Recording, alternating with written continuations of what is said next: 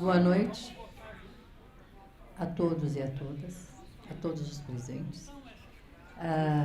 E vamos, portanto, dar continuidade a esta homenagem que fazemos pelos 90 anos do Maurício Trachtenberg, completado nesta segunda-feira, né, 4 de novembro. Temos, portanto, agora uma última mesa que vai abordar a coleção Maurício Trachtenberg e a atualidade do pensamento trachtenbergiano. Passo a palavra para o professor Michel Louvi, que abre, portanto, os trabalhos desta noite. Mas por causa do tempo, quer começar já? Aqui, esse é seu.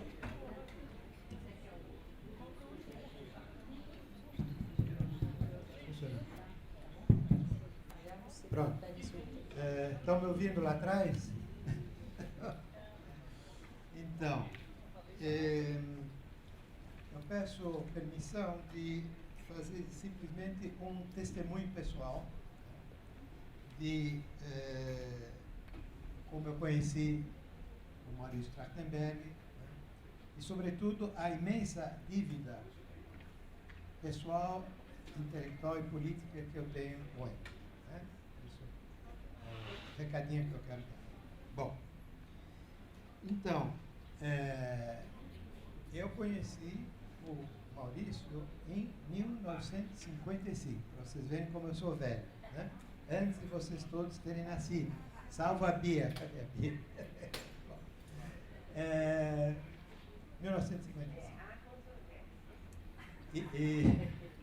Então, acho que ninguém aqui conheceu ele em 1955. Também tem esse privilégio, né?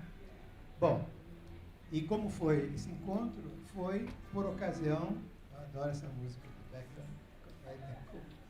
com o tema. Bom,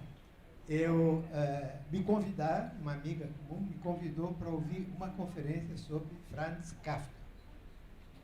E o conferencista era o Maurício, que eu não conhecia. Bom, essa conferência foi inesquecível, realmente. Não lembro todos os detalhes, mas foi realmente impressionante.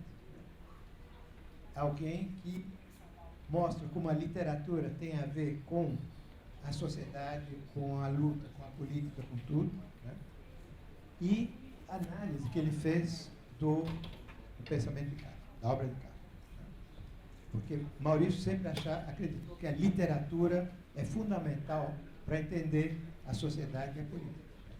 E já essa conferência, essa ideia está muito presente.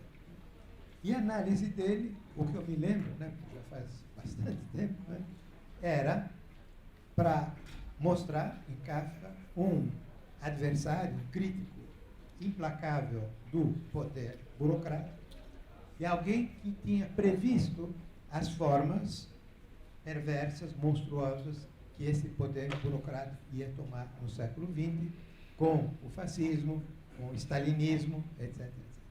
Isso é o que me lembro nessa conferência, que me impressionou enormemente. Bom, eu, muitos anos depois, né, me lembrando dessa conferência, eu comecei a trabalhar sobre Kafka também. Né? E o que eu descobri era aquilo que o Maurício já tinha descoberto 60 anos antes. Né? Quer dizer, o aspecto libertário do pensamento de Kafka, o aspecto libertário. Né? Então, ele estava simplesmente com meio século avançado em relação ao aspecto libertário, que se traduz, inclusive, mas isso acho que o Maurício não sabia na época, na simpatia que tinha o jovem Franz Kafka pelo anarquismo. Inclusive, a sua participação em reuniões anarquistas, em manifestações de rua anarquista, etc. Uma série de testemunhos sobre isso, que os biógrafos oficiais de Kafka preferem não falar, naturalmente, mas isso é muito presente. Então, a leitura libertária que fez o jovem Maurício do Kafka estava muito, muito acertada, era uma intuição muito forte, e eu, né, só vim me dar conta disso meio século depois. Bom, Agora, pouco depois, nos encontramos nas fileiras da mesma organização política, chamava Liga Socialista Independente, né? Que era uma organização pequena, ou melhor, não era bem pequena, era minúscula, talvez a mais pequena organização da história da esquerda brasileira. Né? Nos melhores dias tinham 12 militantes, talvez 13, não sei se algum dia chegou a 14, mas eram pessoas de qualidade. Né? Entre os fundadores estava o Maurício, estava o Hermínio Saqueta, né? Ex-dirigente comunista, ex-dirigente trotskista, e o Alberto Rocha Barros, etc, várias figuras, eu o mais pequeno e jovem. Né? Bom, Paulo Singer, também, muito importante. Bem, e o que tinham em comum todos esses personagens, e o Maurício também, era a admiração, né? Mais do que admiração, uma adoração, quase eu diria, né? De uma mulher, né? Uma mulher, Rosa Luxemburgo. Né? Isso para nós era o ABC da política e da ética revolucionária. Rosa Luxemburgo. Então, essa pequena organização era luxemburguista e todos nós, e Maurício também, obviamente, partilhávamos não só as ideias socialistas revolucionárias de Rosa Luxemburgo, mas também, isso naturalmente correspondia a um outro período histórico, a alergia pelo stalinismo. A alergia pelo stalinismo, pelo que a gente chamava o capitalismo de Estado soviético. Então, isso era o nosso credo, né? E, obviamente, era algo muito raro na esquerda brasileira dos anos 50. Uma organização luxemburguista, anti-stalinista, né? Bom, também um bicho raro. Bem, então, esse foi a nossa primeira experiência política comum, né? Nas fileiras dessa pequena organização política, mas eu acho que isso ficou, né, tanto para ele como para mim, ficou, digamos, algo muito significativo no curso da nossa atividade intelectual e política. Bem, no curso dos anos 50, mais para o fim dos anos 50, a gente se encontrava com frequência no saguão, ou melhor, debaixo das colunas da Maria Antônia, né, que era a Faculdade de Filosofia da USP naquela época. E aí tínhamos longas conversas, e já nesse momento, o Maurício, que se considerava marxista, se interessava pelo anarquismo, né? Se interessava pelas ideias anarquistas. Ele lia Bakunin, ele lia Malatesta, etc. Né? E, se bem me lembro, foi ele que me introduziu, né? Me fez conhecer um personagem histórico do anarquismo no Brasil, que foi o Edgar Lorenz. Né? Conhecemos o Edgar Lorenz. Ele nos contava histórias sobre a greve de 1917 em São Paulo, uma coisa incrível. Né? Nos fez visitar o arquivo dele, né? Nos deu de presente cópias de resoluções anarquistas do começo do século, enfim, foi algo muito importante para nós. Mas o Maurício não só lia os anarquistas, e tinha encontros pessoais com figuras como Edgar Lorenz, mas ele pensava, né, a convergência do marxismo com o anarquismo. Então, por exemplo, ele se interessava por autores como Maximilien Rubin, que escrevia que Marx era um anarquista, ou Daniel Guérin, que era também um marxista libertário. Então, Maurício já, nesse momento, nos anos 50, ele era uma espécie de marxista libertário, e eu vim a me interessar pelo marxismo libertário e escrever um livro sobre a convergência entre marxismo e anarquismo 55 anos mais tarde. Né? Então, Maurício estava adiantado em relação a mim mais de meio século, né? Para vocês verem como ele estava avançado. Né? Bem, como você sabe, bom, eu depois dos anos 60 eu fui parar na Europa e acabei ficando por lá e tal, perdemos um pouco o contato, mas eu acompanhava a produção intelectual dele, e naturalmente tomei conhecimento daquele belo livro que se chama Burocracia e Ideologia. aliás, livro dedicado a Hermínio Saqueta, aquele velho militante da Liga Socialista Independente luxemburguista, né? Então, acho que é o único livro de teoria sociológica dedicado a um velho revolucionário luxemburguista, né? Que era o Hermínio Saqueta.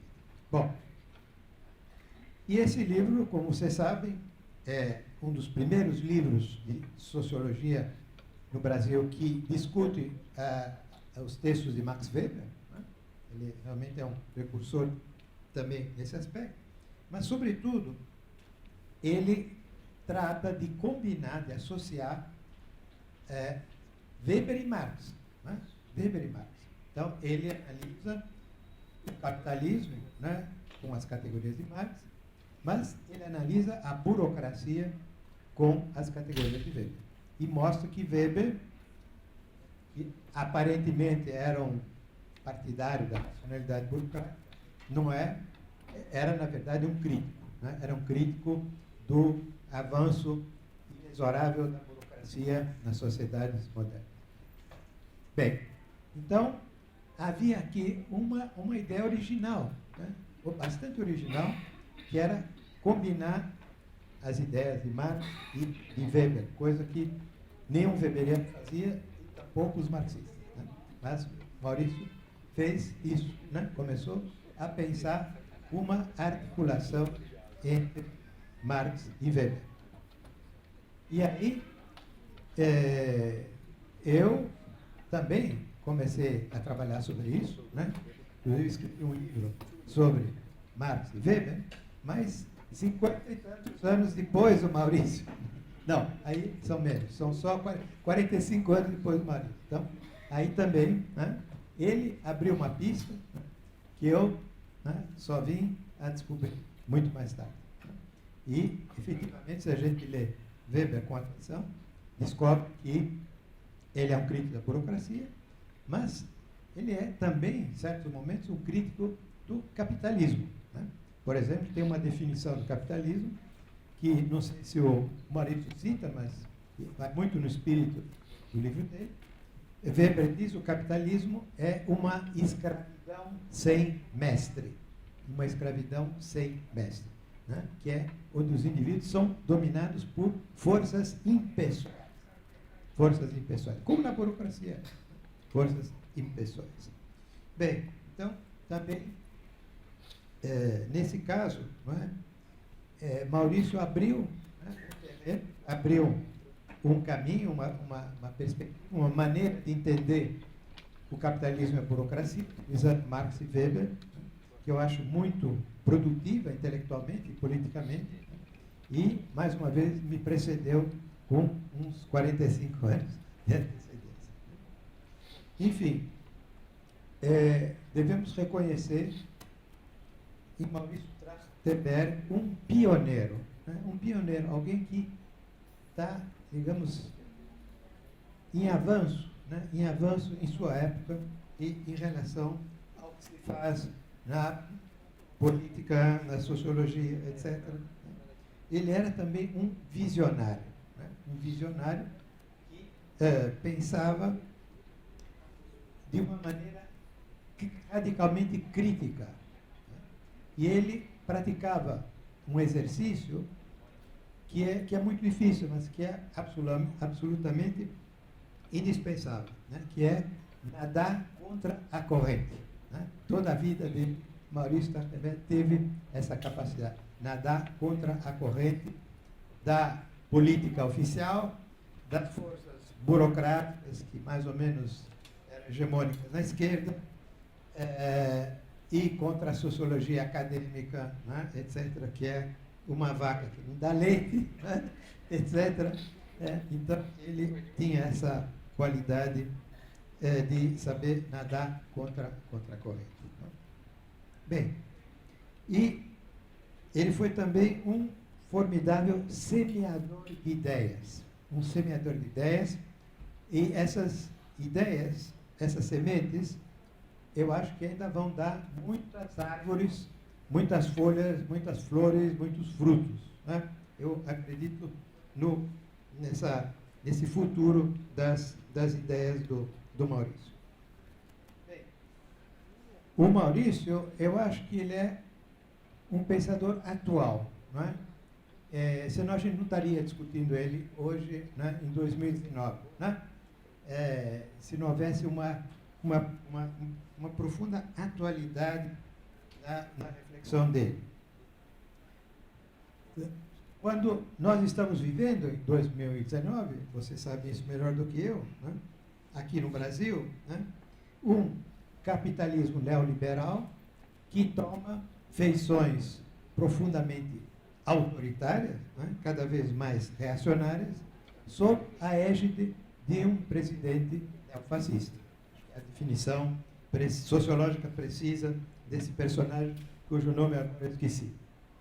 Bem, então, a essa onda reacionária, autoritária, neofascista, eu acho que o pensamento do Maurício é o melhor antídoto para esse veneno. Né? É o melhor antídoto para esse veneno. E eu acredito que essa proposta que ele defendeu ao largo de toda a sua vida, né? Desde a sua primeira militância, né? Nos anos 50, essa perspectiva que ele desenvolveu depois nos seus livros, em particular, naquele livro vários textos sobre o socialismo, que é o socialismo, repensar o socialismo, né? Quer dizer, essa ideia de um socialismo revolucionário, né? Não é a social-democracia, não é outra coisa, socialismo revolucionário, libertário, né?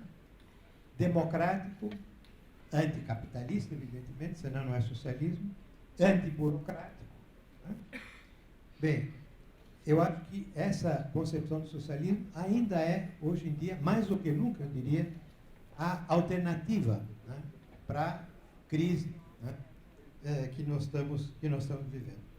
Por isso, eu diria, para concluir, que, para mim, Maurício Trachtenberg é um autor do século XXI. Muito obrigado.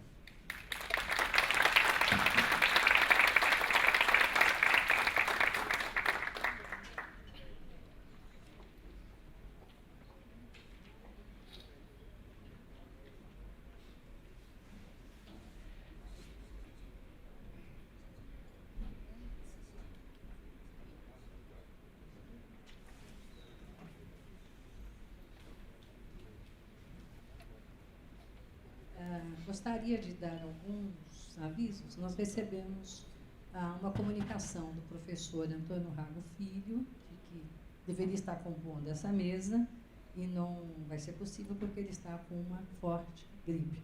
E também do professor Evaldo, que já falamos hoje de manhã e de tarde, que por questões de saúde também não está presente entre nós essa noite. Isso. Eu passo a palavra agora para o professor Valverde. Obrigado, Diógenes. Boa noite a todos, boa noite a todas.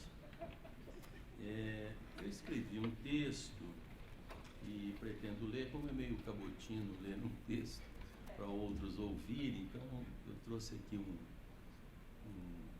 uma projeção, o Marcelo gentilmente vai passando e eu vou lendo.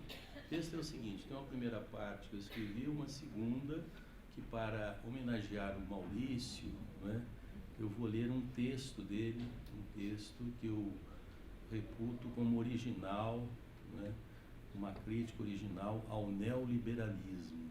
Né. E aí na parte final eu indico dois textos do Maurício, que são críticas à política, o que ele chama de política ideológica da ecologia, do ecologismo. Então, são esses movimentos que eu vou fazer. Estou muito feliz de estar aqui, revendo grandes amigos. Não vou nomear todos, mas um jovem chamado Cid Gabriel. Está ali sentado. Né? E depois todos os outros que são, como disse a Liliana já tarde, Mauri Setes. Muito bem.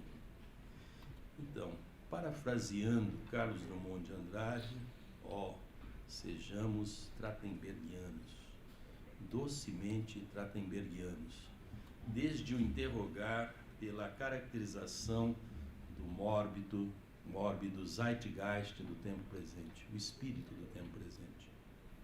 O mórbido zeitgeist do início do século XXI afigura-se materializado na imagem de um espectro a rondar a civilização globalizada. 2 pontos. A conjunção estrutural administrada entre capital financeiro, toyotismo, tecnociência, neoliberalismo, autoritarismo, totalitarismo e sofrimento psíquico calculado, fruto da brutal exploração do trabalho e do desemprego, que praticamente adentram todas as porosidades da vida social e da natureza, do tempo e do espaço em escala planetária jamais representada mentalmente. Com excessiva carga de dados de todas as ordens, os dados advindos da aplicabilidade da inteligência artificial, os algoritmos, em síntese da Big Data. A par de um tipo de religiosidade espetacular e mercantil, pautado de modo nada contraditório pelo desencantamento do mundo, como observara Weber, além do pauperismo crescente, sob a ruína galopante dos direitos civis, e para arremate dos males de substrato ético nihilista. Isso vai sair num livro, em breve, ilustrando. E depois isso, todo o fecho está lá no texto do Maurício. Marcuse antecipara em parte tal espírito do tempo, a meados dos anos 30 do século passado, que está registrado em O Combate ao Liberalismo na Concepção Totalitária do Estado, em que se lê: existe uma comprovação clássica para o parentesco interno entre a teoria social liberal e a teoria totalitária do Estado. Em A Nova Razão do Mundo, ensaio sobre a sociedade neoliberal, Dardot e Laval analisam interdisciplinarmente o neoliberalismo com uma racionalidade global, não apenas ideologia e economia, além do firme propósito de destruir as aquisições democráticas e os direitos civis, com destaque para o cálculo do sofrimento psíquico a ser transformado em desejo com um fator de aumento da produção, da força produtiva do trabalhador, deixando para trás as propostas convergentes do liberalismo clássico e, de certa forma, a dos utilitaristas Bentham e Stuart Mill. A ideia geradora da análise foi retirada de Hayek em texto dos anos 40 do século passado. Porém, o livro de Dardot está por demais calcado em Foucault de O Nascimento da Biopolítica, sem levar em consideração críticas mais ácidas e profundas ao neoliberalismo e por praticamente desprezar a crítica contemporânea de matriz marxiana. Agora um outro lance. Se Hegel anteviu o novo tempo e conseguiu captar com precisão o seu zeitgeist, o espírito do tempo, em verdadeira síntese histórico-filosófica, sob determinada concepção de homem, a de homem livre, em movimento de realização pela efetivação dos direitos civis através da Revolução Francesa, mesmo condenando o jacobinismo, o terror, cabe aos filósofos contemporâneos empreender a compreensão do tempo presente, quiçá para nós, a começar pela visitação à obra de Trachtenberg, pois está aberta a temporada do esforço filosófico de compreensão do tempo presente pela forma síntese, como operada no passado por Agostinho de Hipona, Tomás de Aquino, Ibn Khaldun, Maquiavel, Vico, Hegel.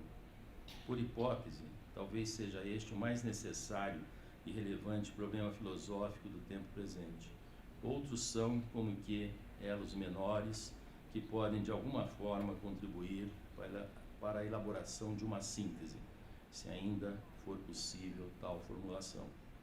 A humanidade, por seus pensadores mais agudos da atualidade, deve suplantar a paralisia da crítica para reinventar a liberdade, uma vez que as premissas que pautaram a síntese liberal da liberdade econômica, liberdade política e liberdade de expressão se cumpriram, bem entendido, enquanto premissas e devem ceder lugar a uma nova invenção da liberdade em patamar superior, sem cancelar tais aquisições anteriores.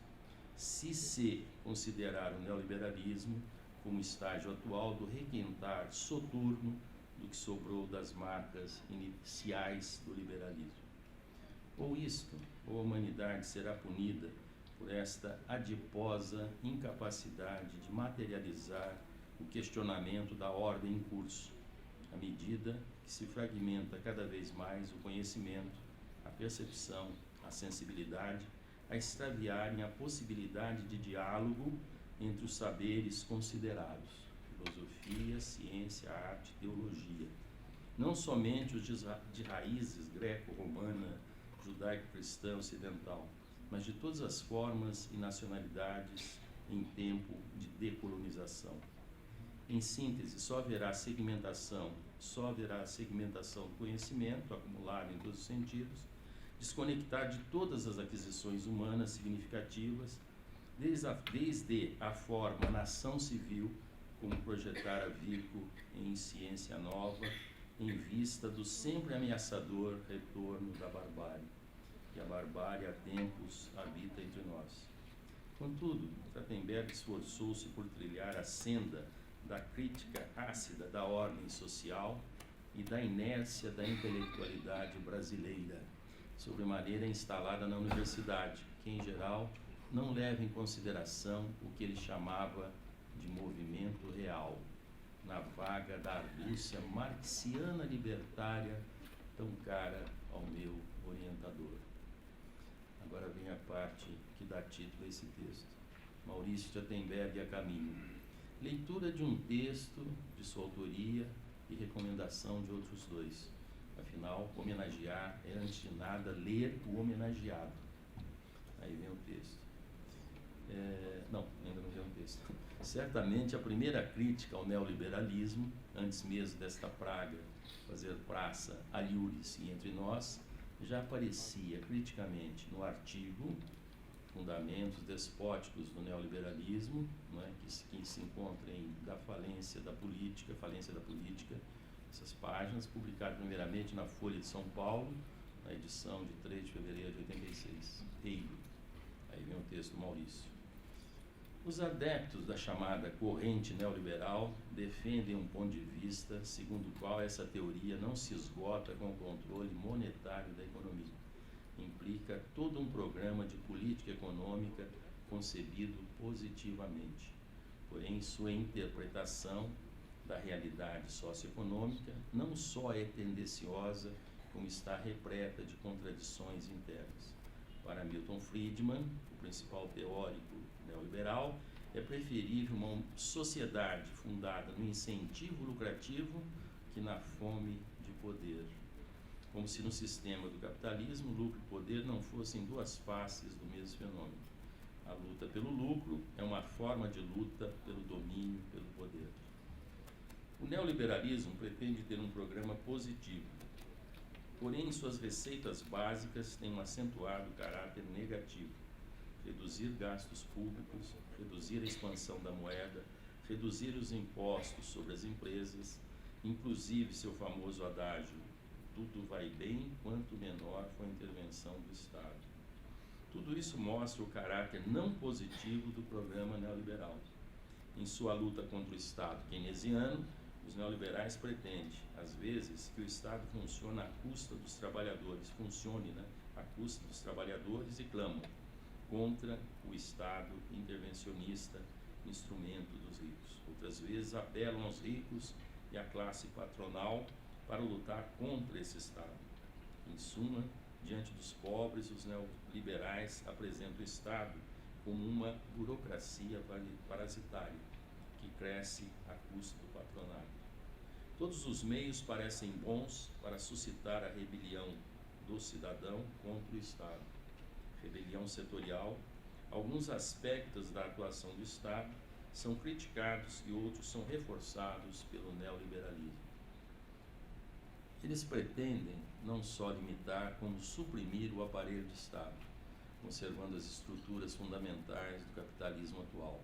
Se nos dias atuais existem leis que impõem deveres sociais às empresas, ou se há despesas no referente à previdência social, não se deve concluir que essas medidas são unicamente obra do Estado.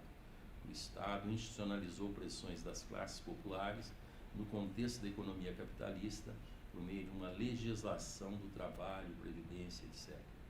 Para os neoliberais, as conquistas históricas, né, dos trabalhadores aparecem como fruto da ingerência do Estado na economia. Na realidade, o que se deu foi a implantação da lógica social-democrata do Estado keynesiano, que canalizou a pressão social dos trabalhadores no sentido da valorização do capital e da empresa. Hoje em dia, ao pretender libertar a empresa do peso esmagador do Estado, os neoliberais pretendem, em realidade, desvincular a empresa de suas funções sociais e de sua responsabilidade social e impor a regressão da economia ao despotismo total do capital. O neoliberalismo atualmente preconiza as virtudes do mercado livre e da concorrência ilimitada, a ponto de afiançar que o mercado livre constitui a única esperança dos deserdados da sorte que pretendam melhorá-la, contrariamente ao sistema intervencionista atual, que funciona em benefício único e exclusivo dos autodeclarados neoliberais. O problema central não é ampliar a área competitiva da economia, mas libertar as empresas de suas obrigações e funções sociais. Em outras palavras, o mercado livre e o termo liberalismo dissimulam a ofensiva generalizada do capital contra as conquistas sociais das classes trabalhadoras nos últimos anos. Haja vista a luta dos trabalhadores pelas 8 horas efetivas de trabalho, que tem seu início em 1886, no Brasil, 1986. Somente um pequeno segmento dos trabalhadores realmente trabalha 8 horas por dia. O arroxo salarial e a inexistência deste, a inflação se encarregam de criar a indústria das horas extras, que transforma a jornada de 8 horas diária em um sonho de uma noite de verão, pois estamos em fevereiro. Na prática, o neoliberalismo implica uma vigorosa política estatal que inclui múltiplas formas de subvenção do Estado à empresa privada. Não é ocasional o fato de um modelo japonês do Estado despótico, desde a dinastia Meiji, inaugurada em 1868, exercer tanta atração sobre Milton Friedman e o patronato europeu conservador. A concorrência funcionaria somente em nível de mercado de trabalho, enquanto o Estado, direto ou indiretamente, subvencionaria as empresas. Quando o neoliberalismo apresenta a chamada economia de mercado como canal de ascensão social dos pobres, esquece que, mesmo havendo mobilidade vertical de indivíduos ou pequenos grupos, a pobreza continuaria existindo. Os teóricos neoliberais afirmam que uma economia fundada na livre concorrência e nas leis do mercado tem implicações políticas libertárias. Porém, fica sem explicação o ressurgimento do autoritarismo de Estado associado às políticas econômicas neoliberais no Ocidente. O Chile de Pinochet ilustra bem no que consiste a política neoliberal. A redução da taxa de inflação anual e dos gastos públicos em 40% constitui o grande trunfo dos neoliberais. Aí eu fiz um comentário, deu no que tem dado. Aliás, o ideólogo Milton Friedman foi assessor de Pinochet. No entanto, com todas as conquistas enunciadas, a economia chilena não conseguiu superar o nível atingido em 1972. O Chile está longe do milagre econômico. A liberalização econômica de Pinochet não se reflete nas estruturas políticas do Chile, nem assegura o crescimento para o conjunto da economia do país. O modelo econômico neoliberal requer um Estado autoritário. Voltando ao exemplo japonês, é indiscutível que sob a dinastia Meiji atuou a força do Estado despótico legado do feudalismo, que utilizou as forças de coação econômica e extra-econômicas para criar as condições gerais de produção do capitalismo. utilizou a tributação selvagem sobre os camponeses para financiar o setor industrial. Subvencionou amplamente projetos privados de investimentos, privatizou empresas públicas, cedendo-as por 20% de seu valor total. A militarização da economia sob o Estado e política protecionista submete a lógica do Estado à lei do capital privado. O Estado se privatiza. Keynes foi incorporado a Hayek. No desenvolvimento capitalista, o Estado sempre apoiou o capital e hoje mais do que nunca. Em suma, o neoliberalismo econômico, para realizar-se, exige a ditadura autoritária como seu complemento lógico. Não é por acaso que até em Portugal os ventos sopram em direção à direita. Bom, esse é o primeiro texto, os outros dois eu vou me referir, que é sobre a questão ecológica. Então vejo que eu estou pegando dois temas candentes, né? Neoliberalismo e ecologia. Então a questão ecológica, faço aqui um pequeno preâmbulo, depois vamos aí para os dois textos do Maurício. De modo seleto, os antecessores da questão ecológica foram Lamarck, nos 3 alentados volumes A Floresta Francesa, de 1805, e Panecoy, em artigo de 1909, intitulado A Destruição da Natureza, ambos interessados na preservação da natureza, além das passagens iniciais do livro 3 de O Capital de Karl Marx, a explicitar a entrada avant la lettre do capitalismo no campo. Hoje, a novidade crítica e construtiva é o processo em curso de criação do ecossocialismo, do qual o professor Michel Levy é um dos criadores. Todavia, a crítica à ecologia operada por Trachtenberg com o programa ideológico político aparece registrado em Ecologia e Capitalismo, que consta de A Falência da Política, páginas tais, publicado originalmente em A Folha de São Paulo, caderno folhetim, de agosto de 1981, em que se lê introdutoriamente as considerações a respeito da ecologia e modo de produção capitalista que agora expendemos, constituem uma continuação da comunicação apresentada na 24ª reunião da SBPC, promovida, sob o título de O Caráter Ideológico dos Estudos Ecológicos. Esse é um texto bastante longo, não é? Completo. Na Folha já saiu um pequeno. Ou ainda no resumo intitulado O Caráter Ideológico dos Estudos Ecológicos, publicado na mesma revista da SBPC, né, que promovia aí uns tantos resumos. No caso, esse resumo aparece no livro Educação e Burocracia, organizado pelo professor Evaldo Amaro Vieira, que foi editado pela Unesp em 2012. Muito obrigado. Viva Maurício Trachtenberg.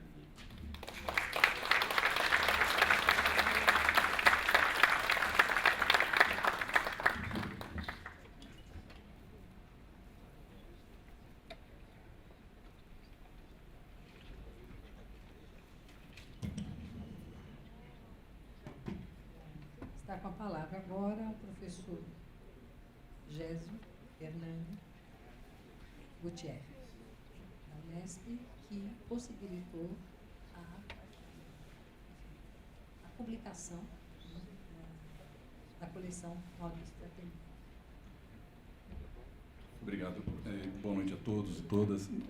Eu gostaria de, inicialmente, me declarar incapaz de participar desta mesa. Eu não creio que eu tenha o cabedal suficiente para fazer qualquer observação mais profunda e mais esclarecedora a respeito da obra, mesmo magna, do Maurício Trachtenberg. Eu me restrinjo a ser um admirador de muito tempo. Eu me lembro de ter tido algum contato com o Maurício quando eu estava na Faculdade de Economia, e eu não vou mencionar quem me indicou o Maurício para conversar com ele, porque vocês vão ficar escandalizados. Mas foi um conhecido ministro da Economia que, então, eu fiz a Faculdade de Economia da USP, e ele disse: bom, se você está tão interessado mesmo em Weber, então vai falar com o Maurício. quase no desespero, eu fui encaminhado para Maurício Trachtenberg, e essa foi a origem do meu contato informal com Maurício. Bem, eu me declarei incapaz de levar adiante alguma observação sobre Maurício e por uma razão muito simples. Certamente eu tive todo o empenho em me envolver com a coleção Maurício Trachtenberg e tenho muito orgulho de ter sido um dos participantes da edição de Maurício Trachtenberg pela editora Unesp, da qual sou hoje presidente da fundação.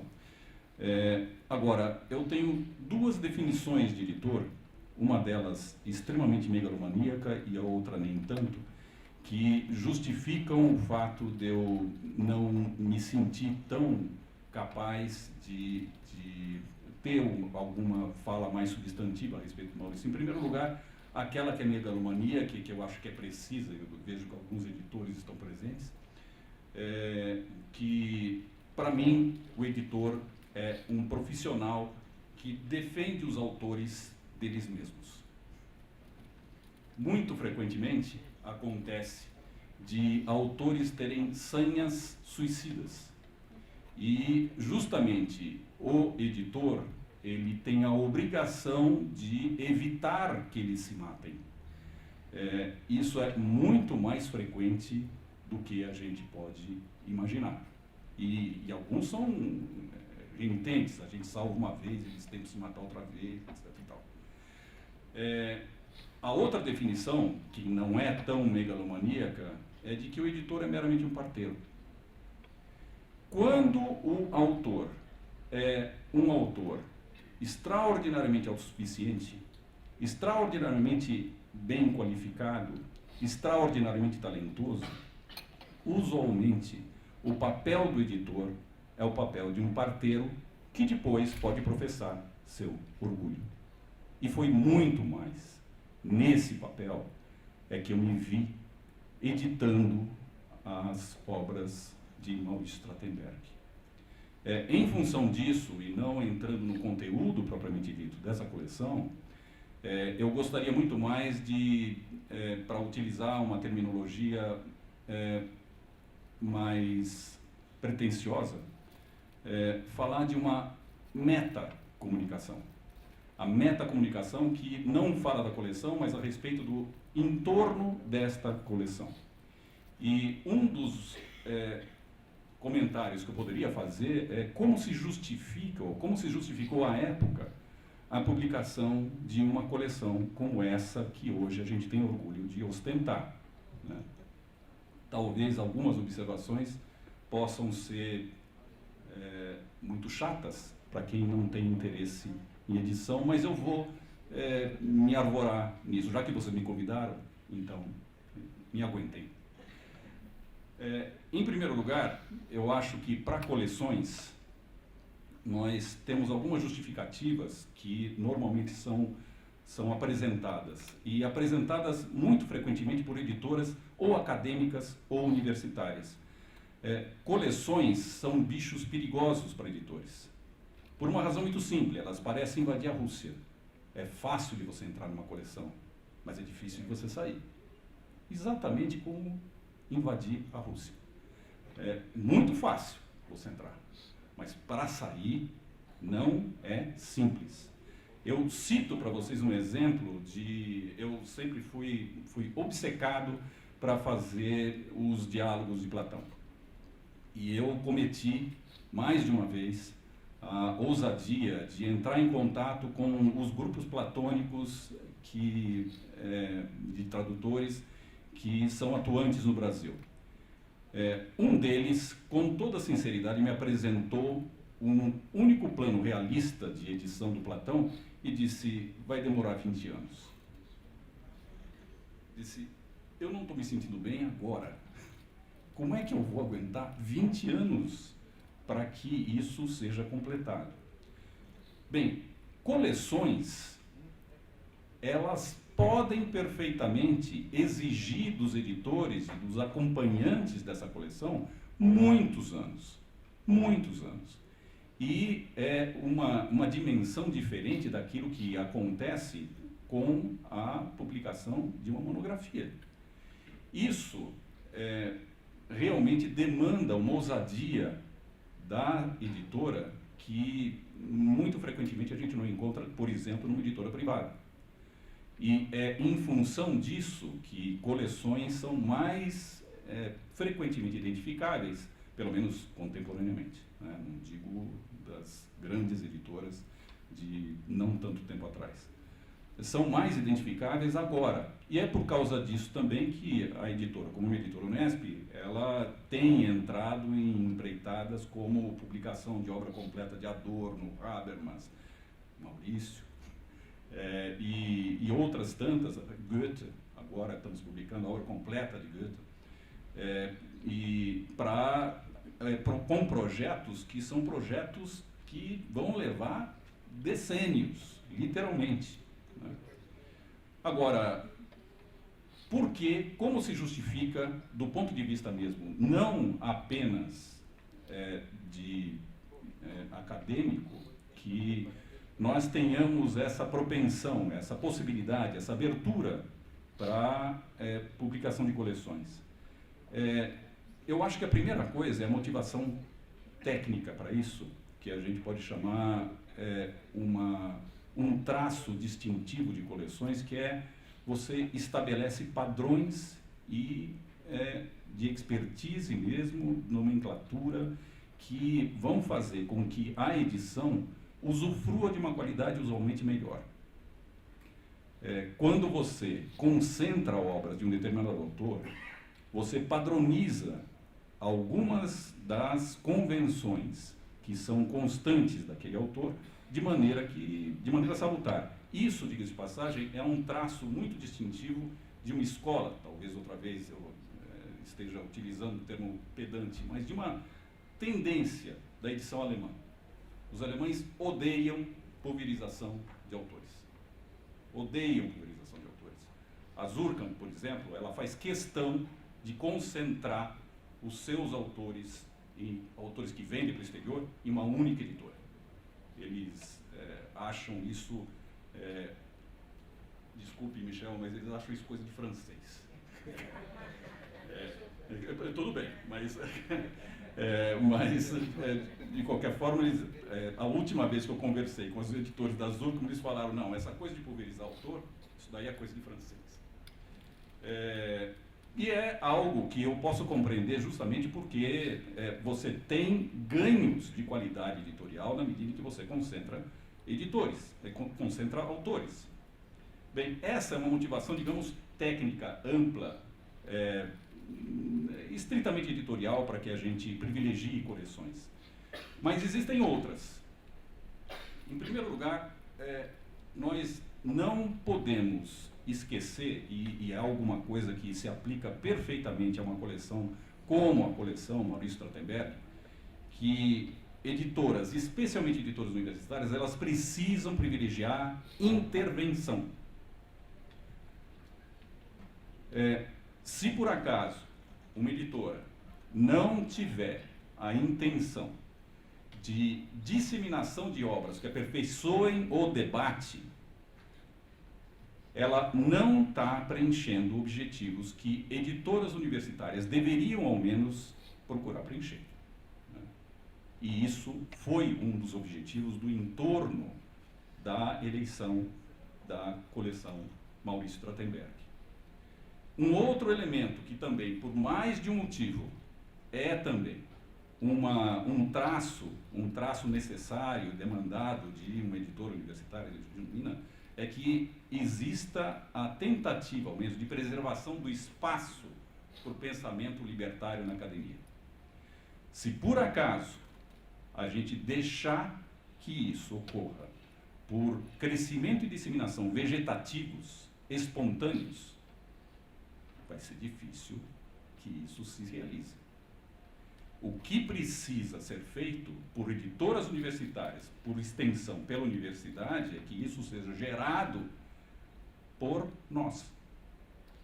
O mercado vai ter muita dificuldade de arcar com isso. Em função disso, é que eu tive, e aí fazendo uma sentença de escorço historiográfico, né? Eu recebi, eu acredito, vocês podem até me refrescar a memória, em 2002, acho que até 2001, entre 2001 e 2003, a visita justamente da Beatriz e de alguns membros da família Trachtenberg, apresentando justamente o projeto da coleção. Eu confesso para vocês hoje que eu fiquei extremamente tocado com a lembrança pela editora e imediatamente, intimamente, eu fiquei convencido da necessidade mesmo de que isso fosse publicado por nós, né? Era por todos os motivos que eu mencionei, né? Isso foi realmente algo que imediatamente suscitou interesse e nós abraçamos o projeto. Bem, logo na sequência, o professor Evaldo Amaro Vieira se envolveu com o projeto também, né? Foi exato. Exato. Mas e realmente, se por acaso existe algum mérito intelectual na coleção, eu não tive nenhum. Realmente, no dia a dia, o ausente Evaldo, que eu lastimo profundamente, porque eu gostaria de dar um abraço hoje e reconhecer o seu papel, ele foi aquele que acompanhou permanentemente a produção dessa coleção. Um dos perigos, a Bíblia diz que eles são legião, né? Eles são legião, sempre. Os demônios são legião em qualquer circunstância que a gente frequente. Na edição e na edição de coleções, um dos demônios é você transformar uma coleção em relicário. O que a gente está fazendo aqui, eu acho que é muito importante, e eu sempre vejo isso de uma maneira muito ácida, as reuniões em torno da memória e da obra de determinado autor. Todos nós queremos, o que nós queremos é a preservação da obra de Maurício Trachtenberg. Não é relicário, é alguma coisa extremamente viva e influente, como agora mesmo as duas comunicações precedentes deixaram muito claro. O Maurício é um autor do século XXI, sim. E isso não poderia deixar de ser absorvido e representado pela coleção. Eu cito para vocês um caso típico de transgressão desse princípio com uma coleção que nós estamos desenvolvendo também, que é do Euclides da Cunha, tá? Com organizadores da minha maior admiração e da mais excepcional competência. Diga-se passagem, um deles bastante próximo e interessado pelo elemento anarquista presente em Maurício Trachtenberg. Você conhece muito bem. O que esses organizadores começaram a fazer? Eu acho que eles cometem um pecado parecido com aquele dos cartógrafos do Borges. Eles começam a fazer uma edição tão precisa, tão minuciosa, que começa a ser alguma coisa facsimilada. Começa a se aproximar daquilo que a forma é mais importante do que o conteúdo. Parece uma relíquia. Isso é um perigo constante, por isso que eu falei que eles são legião, é um perigo constante da edição. E isso Evaldo evitou. Nós tentamos, e eu acho que com muito sucesso, fazer uma coleção que fosse toda ela viva. Porque é evidente que alguns penduricários eles poderiam ser acrescentados, mas sem nenhum enriquecimento do resultado final da coleção. A coleção é a obra de Maurício Trachtenberg. E isso é motivo, como eu disse antes, de orgulho editorial para aquilo que foi feito. Não é um relicário, não é simplesmente uma amostragem morta daquilo que foi a obra de Maurício Trachtenberg. Não, é algo que toda ela, de alguma maneira, ela pode ser sim substantiva e influente no pensamento contemporâneo brasileiro. Bem, eu gostaria de, já que a gente está falando dela, né, mencionar os componentes dessa coleção. Cada uma delas, como vocês podem imaginar, mas não vou torturar ninguém aqui por causa disso, cada uma delas, eu me lembro das conversas iluminadas, iluminadas por parte dele, evidentemente, mas iluminadas com o Evaldo sobre cada um desses volumes. Depois dessa conversa que tivemos, né, o primeiro volume saiu em 2004, sobre educação, política e sindicalismo, terceira edição. Depois disso, em 2005, administração, poder e ideologia. Em 2006, burocracia e ideologia. Em 2007, a Revolução Russa, que ainda hoje, assim, sem procurar ter, estava na minha cabeceira. Reflexões sobre o socialismo, 2008. A falência da política, 2009. O capitalismo no século XX, 2010. Autonomia operária, 2011. Teoria e ação libertárias, 2011. Educação e burocracia, 2012. Vocês vejam, eu ridicularizei os platônicos, mas a gente bem que levou uns 8 aninhos para fazer tudo isso. Mais 9, porque começou bem antes disso, né? Olha, vou dizer com toda clareza, esses 10 anos nem doeu. Nem doeu. Foi um prazer, do começo ao fim, publicar, discutir, analisar e condensar essa obra nesses 10 volumes. É algo que, no dia do juízo, se dia do juízo houver, a gente pode apresentar a nosso favor. Eu gostaria de, simplesmente fechando isso, eu disse que ia falar pouco e fico me estendendo muito mais do que deveria. Uma última observação, e juro que será a última, é uma observação sumária sobre o ambiente editorial, outra vez uma meta-observação, um ambiente editorial em que a coleção foi engendrada e o contraste com o ambiente atual, né? Todos os sucessos trade, hoje, isso é uma coisa que eu estava falando contigo, né? Na editora, todos os sucessos trade pertencem hoje a pensadores conservadores ou neoliberais.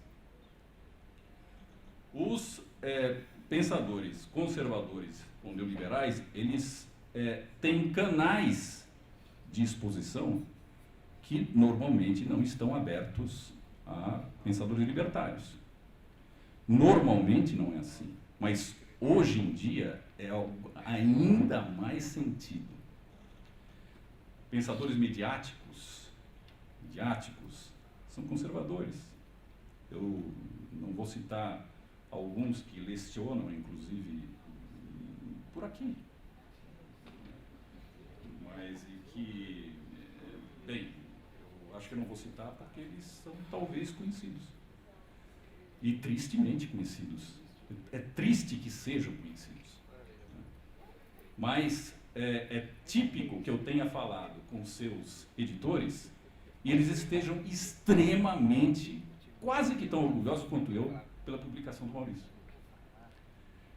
Então, o que me chama a atenção, e eu acho que eu gostaria de partilhar isso com vocês, que talvez não seja apenas uma preocupação e um desejo, uma volição editorial, mas seja uma volição e um desejo de cidadão, que a responsabilidade, me parece que a responsabilidade pela preservação de coleções como essa, ela aumenta hoje.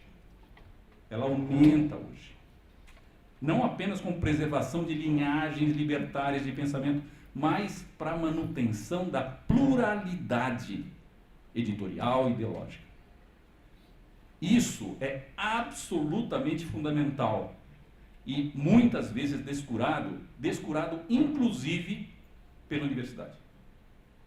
Inclusive pela universidade. Essa é uma tarefa de todos nós para que a gente preserve justamente o nicho ambiental, já que nós estamos utilizando essa terminologia agora há pouco, o nicho ambiental do pensamento acadêmico.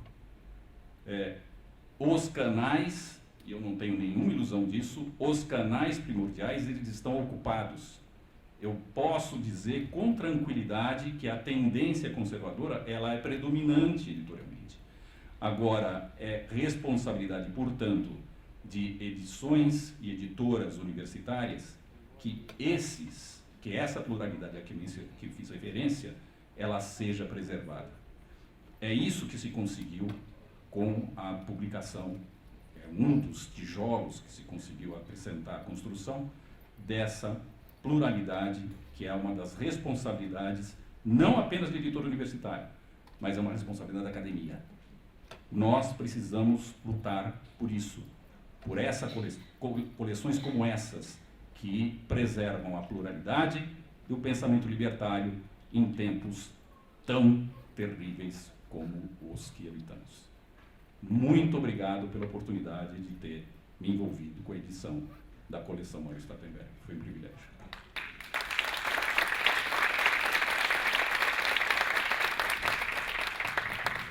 Gostaria só de fazer um pequeno comentário ao que disse meu amigo Gésio. Ele mencionou 4 autores que foram objetos de coleções. Sem dúvida deve haver outros. Goethe, Adorno, Euclides da Cunha e Maurício Trachtenberg. Interessante, né? Claro, são autores muito diferentes, né? Talvez eles tenham alguma coisa em comum, né? Que justifica que, né, foram escolhidos para fazer objeto de coleção. Talvez uma das coisas que eles têm em comum é uma coerência, eu diria, né? Além da diversidade, da aparente dispersão, esses autores têm uma extraordinária coerência, né? Uma unidade do espírito e um fio condutor que nunca se perde. Eu acho que isso é uma das razões que justifica você escolher eles para fazer uma coleção. Era só isso, pequeno comentário.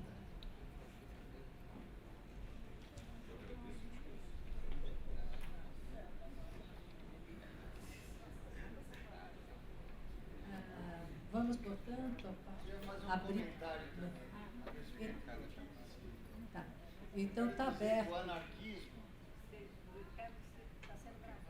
Então já abrindo o debate. Eu quero dizer que o anarquismo é muito conservador. É extremamente conservador. É a ideologia mais conservadora da raça humana daqui para frente e de sempre, desde que foi fundado por Proudhon.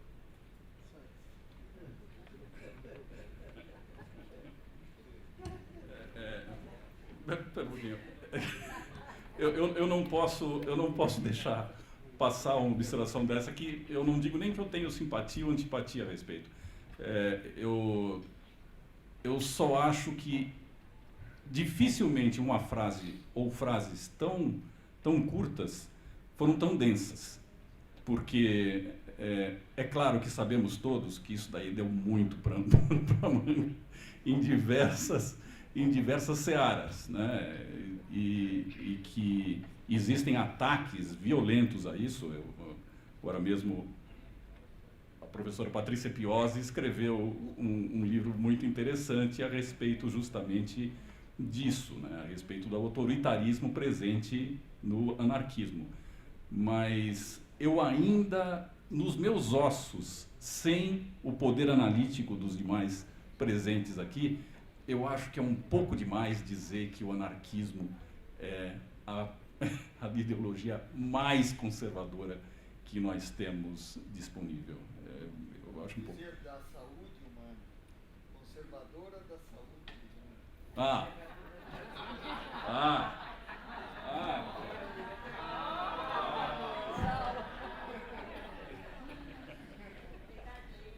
Bom, eu gostaria de comentar essa frase também. Eu acho que efetivamente existe dentro do anarquismo uma vertente conservadora nesse sentido de conservar ou recuperar ou salvar qualidades humanas que estão sendo destruídas pela modernidade capitalista, industrial, ocidental, etc. Né? Nesse sentido, sim, né? Eu veria esse aspecto, entre aspas, conservador. E acho que alguns pensadores anarquistas, como Gustav Landauer, encarnam isso de uma maneira particularmente coerente, explícita, tanto que Martin Buber, que era um amigo de Gustav Lahn, dizia: ele é um revolucionário conservador, né? Nesse sentido que uma das tarefas da revolução é conservar, salvar, recuperar essas relações humanas que estão sendo destruídas pelo capitalismo.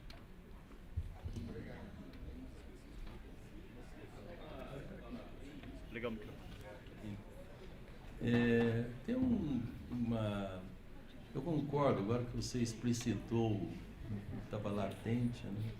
Senão eu já ia esquecer aquele tempo que você era um jovem panfletário que vendia Inimigo do Rei ali na porta do Belas Artes, e uma revistinha chamada Autogestão. Não, mas eu compreendo perfeitamente, quer dizer, está havendo uma expansão de uma solidariedade extra qualquer oficialidade, até ONGs, né? Na linha do cooperativismo, não é? E na linha de iniciativas de associações, não é? Como hoje foi bem lembrado pelo Porcino e pela Lúcia depois, né? Essa questão de montar associações que não são organizações sindicais, né? Mas isso que nasce mais ou menos espontaneamente. E há um subtexto, né? Político, que advém do ideário anarquista, do velho ideário anarquista, das velhas utopias, Icária e tudo mais, não é? Então, acho que nesse sentido, sim, a preservação da saúde, né? Que há um capítulo no anarquismo que tem sobre isso mesmo, né? Haja vista aqueles velhos anarquistas ali do Brás, lá do sítio, não é? Que tinham até uma grande defesa do naturalismo, viver o naturalismo. Verdade, verdade. É isso. Mais um adendo. Do anarquista. Fala no microfone que está sendo gravado, Cid. Só um adendo. Todo anarquista, em final de carta, saúda o seu companheiro com a palavra saúde. E anarquista.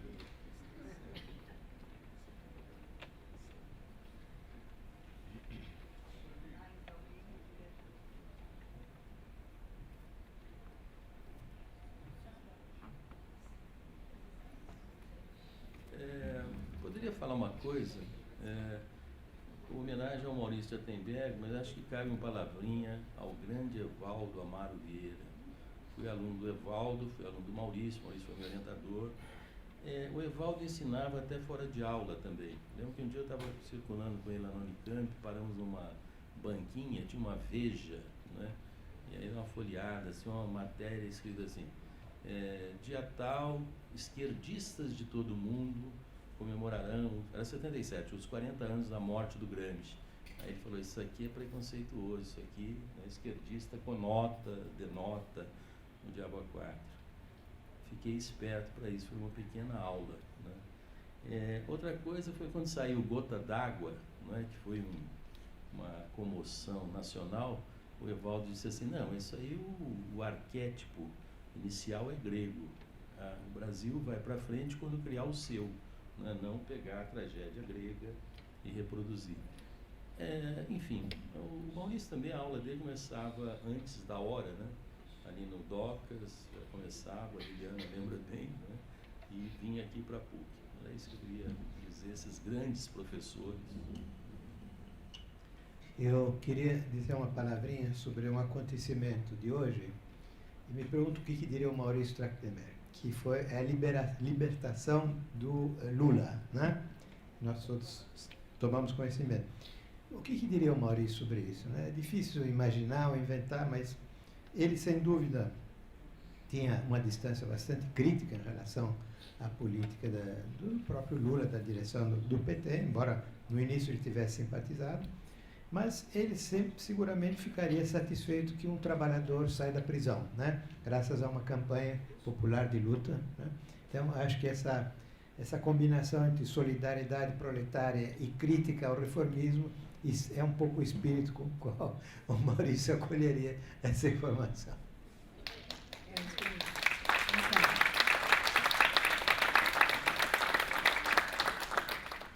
Bom, então, dando continuidade às palavras do Michel, recebemos duas mensagens, uma do Jornalistas Independente e outra do Guilherme Boulos, convidando a todos para o encontro amanhã, né, no Sindicato dos Metalúrgicos de São Bernardo do Campo, né, para receber Lula, que já chegou hoje, né, lá em São Bernardo. É isso.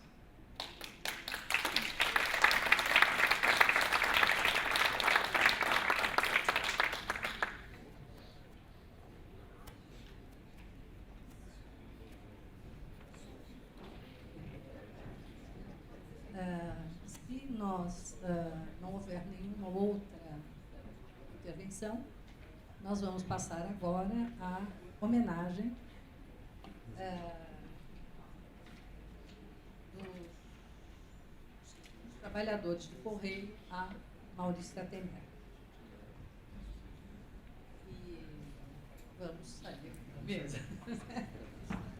Me chamo, portanto... a questão é se a PUC, questão burocrática aí, permite que seja feito aqui. Se isso não interfere em sala de aula, esse tipo de coisa. Temos que fechar as portas, né? Beleza, vamos fazer aqui. Então, tá. Cadê o sino? Vou chamar os músicos.